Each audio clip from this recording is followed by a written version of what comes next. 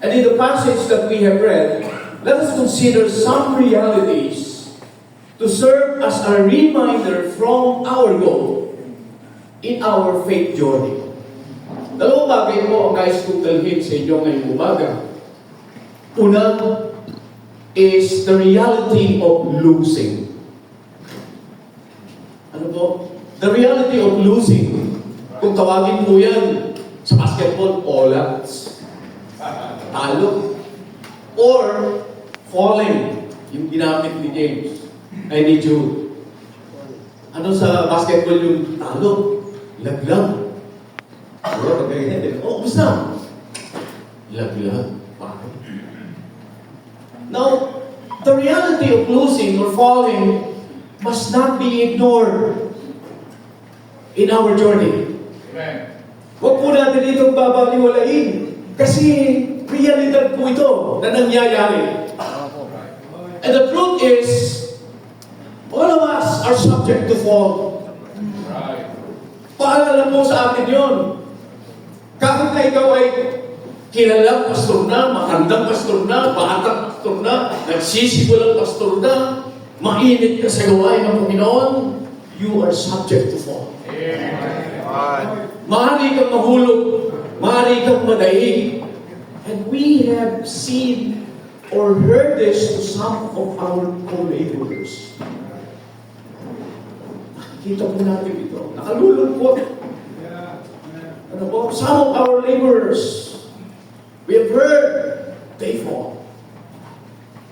Or maybe some of us here are in the state of losing or falling. Maring, madali tago yan eh. And maybe you're in the state of falling this morning. Therefore, let us always be reminded and take heed about falling. Let us all take heed because it is a reality to every one of us. The Apostle Paul said in 1 Corinthians 10:12, therefore, let anyone who thinks that he stands take heed lest he fall. Now, what are some of the tools that the enemy uses for us to fall? Now notice, in the book of Jude, he mentions some names that fall to certain things. And I believe that this will serve as a reminder to each and every one of us. And let us use them this morning. Ang sabi niya, sa verse 5, I will therefore put you in remembrance, though you once knew this. Ano sabi niya? Patuloy ko itong sinasabi sa inyo kahit alam na ninyo ito. Jude is telling us that he is not presenting a new topic here. They all know it, but still, he served as a reminder. Ito po pinag-uusapan natin dito bago sa atin eh. But we have to be reminded. Hindi mo ba? Now, what are the names that Jude uses? Let us take some of them. Hindi po lahat. Number one is the Israelites. Saan sila nahulog? Ang sabi ni Jude doon sa verse 5, they fell into unbelief. Madalas ito po ang ikinahuhulog natin, yung kawalan ng pananampalataya sa Panginoon natin. Why? Kasi nababaling sa iba yung ating pagtingin. The Israelites, we know that they started well in their journey. Pinangunahan sila ng Panginoon sa paglabas doon sa Egypto. Then after that, habang sila'y naglalambay doon, nung naranasan nila yung himala ng Diyos in crossing the Red Sea. And as they go along, they were well provided in the wilderness. Di ba? At habang sila'y naglalakbay, when they reached Kadesh Barnea, we know that in Numbers 14. Sad to say, they did not reach the promised blessing. What is the problem? Unbelief. That is the problem. Maybe naranasan Naranasan po natin ito. Akala natin porque nasa paglilingkod tayo sa kingdom, pero wala pala yung pagtingin natin sa Panginoon. No, naalala natin, nung una tayong naglilingkod, napakainit natin, hindi mo ba? Masyado tayong aggressive. Pasok dito, but along the way, nawawala na sa Diyos yung ating pagtingin. Nakalulungkot, marami ang along the way, hindi na sa Panginoon, doon na sa kapwa niya, manggagawa na pinagpapaalan ng Panginoon. So, he achieved. Gusto ko magkaroon din nun. Yung iba nahuhulog sa building. Hindi mo ba? So, mamaya mo yung nahuhulog sa tuloy. Yung iba nahuhulog sa building. Yung iba, ang kanyang paglilingkod, nakafocus na lang sa pagbabarami ng miyembro. Kaya maganda yung pinag-usapan kahapon, di ba, proselyting. Nakafocus na lang doon sa pagbabarami ng miyembro. Kaya pag may dumating, dahil ang focus niya, dumami sila, dumami yung, alam niyo na, di ba? Wala na. Inaapakan na, nalilimutan natin yung ating pastoral ethics. Na kinakailangan nating sumignal doon sa mga tatay ng mga tao na yun. Why? Kasi nakafocus tayo. Pag dumating ito, dadami kami. Hindi na sa Panginoon. The problem of unbelief. Secondly, Jude mentioned the angels that left their first state. In verse number 6, ang sabi niya ron, and the angels which kept not their first estate, look at this, but left their habitation. Saan sila nahulog? They fell into sexual immorality. Why? Because verse 7 proves that. Kasi ang sabi ng verse 7, as Sodom and Gomorrah. Hindi halintulad po niya yun. Kaya alam natin, this is sexual immorality. And some scholars said that this refers to Genesis chapter 6, verse number 2. Na kung saan yung mga anak ng Diyos, nagbaling yung kanilang pagtingin dito sa mga daughters of men. Ano yung naging problema doon? Nakita nila maganda. Don't take note of the word fair. They left their first estate. Why? Because they have seen some fair things around. But, are you with me? yeah. Yun yung kanilang nakita. Nalimutan na nila, mga anghel sila. Mga tao sila ng Diyos. Pero saan? Nahumaling sila sa mga magaganda. Alam po ninyo, nakalulungkot. Ano po? Marami sa mga lingkod ng Panginoon, ang tinatalikuran nila ang kanilang banal na katatayuan bilang mga lingkod ng Diyos. At nahuhulog sa sexual immorality. Wala na sa kanilang pakialam kung sino sila. Bakit? Maganda. Are you with me? Manyaman eh. And it happens. Bisa nakakatawa, pero nagyayari po ito. Hindi mo ba?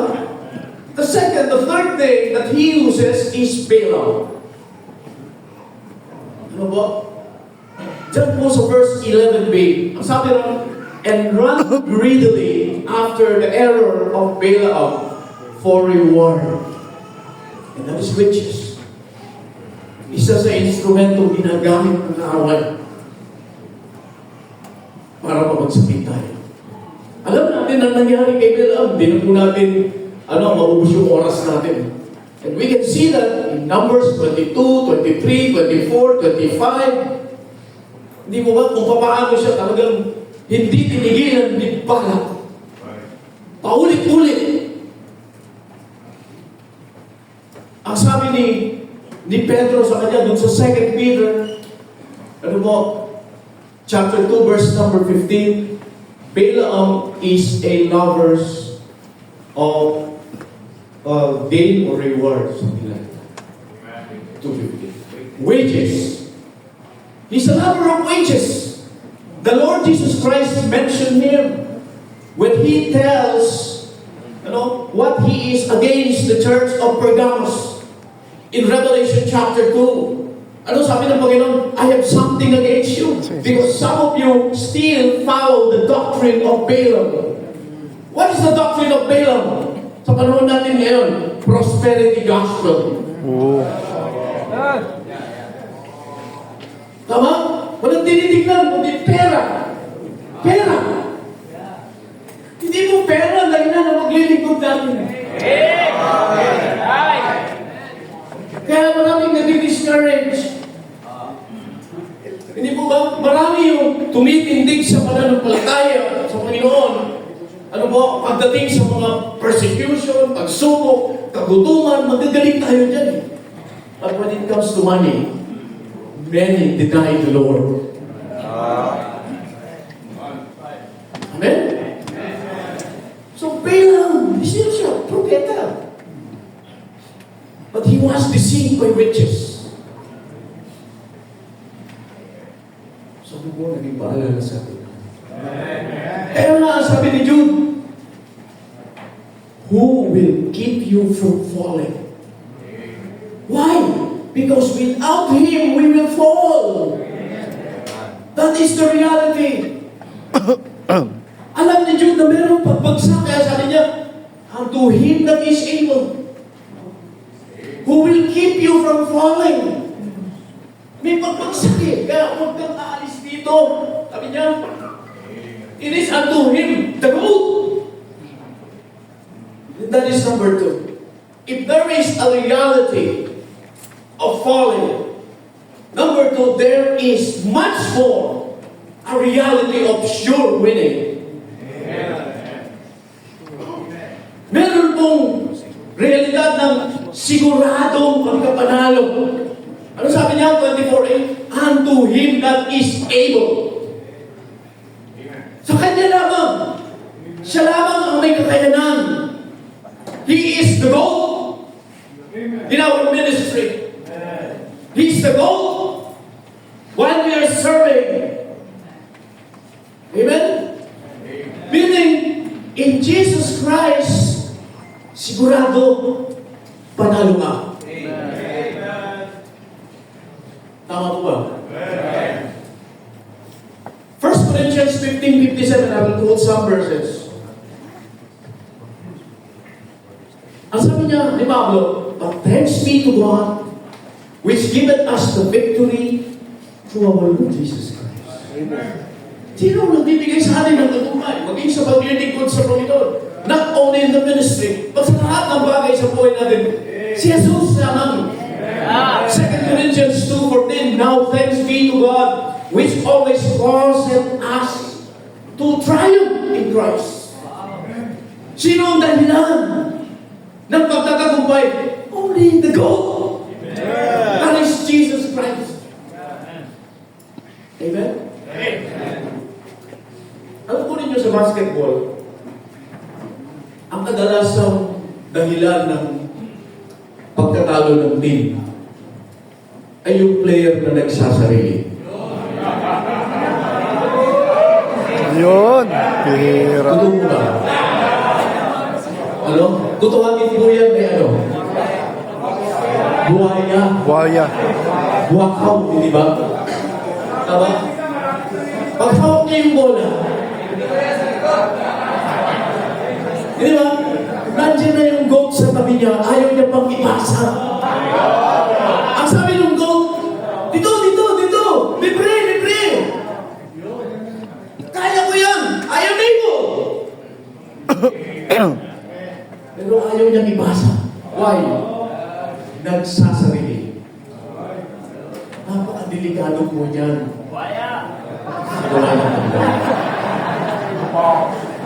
Always keep in partnership with our Lord Jesus Christ. Huwag po natin kalilimutan. Why? Because He is the greatest. He can deliver. Tama po ba? Kaya nga alam ninyo sa paglilingkod po sa Panginoon o sa gawain ng Panginoon, Kay Jesus lang tayo titingin. Kasi pag yan po'y ginawa natin, sigurado magtatagumpay ka. He is able. No? Palasak na palasak sa atin ng mga magagawa ng Diyos. Yung mga Hebrews 12:2, bugbog na yun eh. Looking unto Jesus. He's the author and the finisher of our faith. Bakit sinasabi ni Pablo na kay Jesus tayo titingin? May na-upload ako. Kasi yung ating pananampalataya galing kay Jesus. Wala naman tayong pananampalataya eh. At yung pananampalataya na yun na sinimulan niya, pag gayon ay ipinractice natin, He will finish. Tama ba? What is the meaning of finisher? Look at this. Ang ibig sabihin ng finisher is one who can deliver.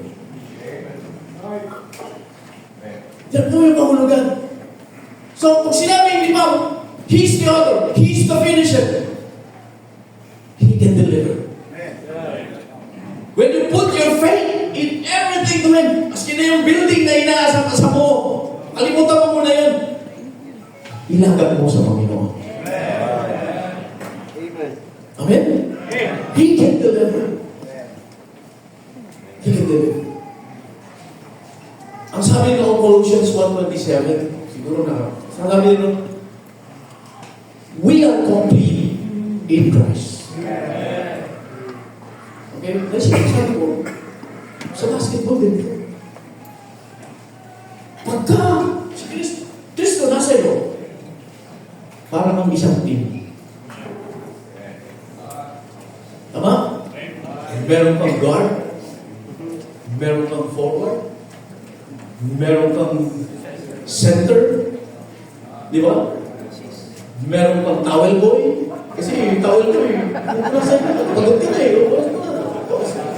Meron kang water boy, di ba? Para maibsan ka naman. Meron kang cheering squad. That is part of a team. Why? To cheer you. Many times we're down. Aminin natin. Pagod tayo. But there is Jesus Christ. Sa kanya tayo titigin. He is the goal. Sa ating pong paglilingkod. Tama? Kaya alam nyo, huwag po tayo titigin doon sa mga nakamagagandang kotse. Magpasalamat tayo sa Panginoon. Pinagpala sila. Darating ang panahon. Focus lang tayo. Looking unto Jesus. He's the author. And He will deliver. Wait for your time. Ganda umaga po. Ganda.